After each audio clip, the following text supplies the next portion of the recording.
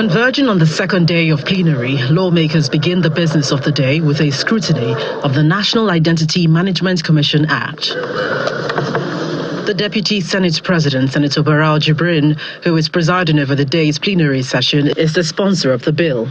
Made the registration such that people can register where they reside. Sir, penalty is important. People must know that there are consequences for not complying with a law. This NIN can only be issued to Nigerians by either officials of NIMC, residents in the high commissions, so that access will be easy without any fraudulent manipulation or exploitation.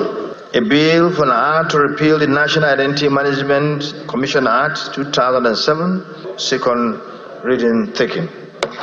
The perennial challenge of flooding, this time in Abia State, is also whipped up in a motion raised by Senator Orji Kalu. Most worried that if no emergency response is provided for the victims, the desolated society will be worse for it, and the credible number of casualties may be recorded. Last year, we had flooding in this country, and we were advised that this year is going to be worse.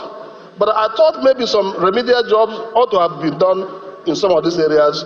But as of today, nothing is done. A minute's silence is observed in honor of the victims of the flood disaster. Their soul rests in perfect peace. A similar motion is considered on the flood situation in Ikole local government area of Ekiti State as lawmakers question the basic functional attributes of government agencies. Government agencies have failed to give warnings and advance information. So far, no agency of state or federal government has come to the assistance of the victims. NIMC should be required to make all flood warnings available to the public. We cannot be receiving floods in the same area year after year and not having warnings given to those individuals living in those areas. The Senate has asked the federal government to settle those affected while it investigates the matter in the next 4 weeks.